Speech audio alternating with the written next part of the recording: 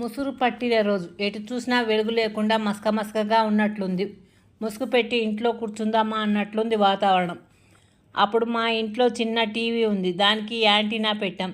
గాలి బలంగా వీచింది ఏమో, యాంటీనా పనిచేయడం లేదేమో. టీవీలో ఎలాంటి ప్రోగ్రాం రాకుండా నల్లగా తెల్లగా చుక్కలు చుక్కలు పడుతున్నట్టు అనే శబ్దం వస్తుంది. అంతవరకు సినిమా చూస్తున్నారేమో పిల్లలు. సినిమా మధ్యలో ఆగిపోయిందని బాధపడుతూ అక్కడి నుండి లేచారు. వాసుకు ఆ యాంటీనా దగ్గరికి ఎక్కి బాగు చేయాలని వెళ్తూ చెల్లెల్ని తమ్ముడిని టీవీలో బొమ్మ వస్తుందా రావడం లేదా అని చూసి చెప్పన్నాడు. ఇంట్లో వాళ్ళ నాన్న కానీ అమ్మ కానీ లేరు. వాళ్ళు పని మీద బయటికి వెళ్ళారు. పిల్లలు చాలా జాగ్రత్త అని చెప్పి వెళ్ళారు. అయినా వాళ్ళు ఉంటే వాసు ఇంటిపైకి ఎక్కి యాంటీనా బాగు చేస్తే ఒప్పుకోరు. ఎక్కడ పడతాడో, కరెంట్ షాక్ కొడుతుందో అని. వాసు వాళ్ళ ఉన్నప్పుడు చేయడు.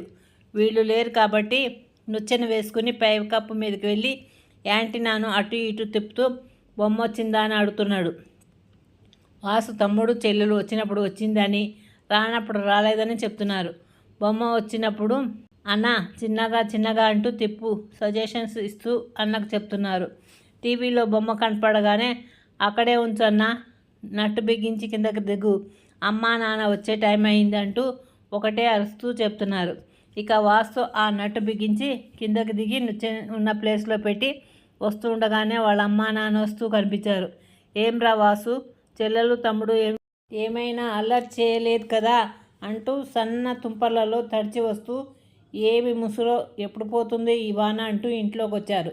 వాసు తమ్ముడు చెల్లెలు చడి చప్పుడు కాకుండా బుద్ధిమంతుల్లాగా టీవీ చూస్తూ కనిపించారు.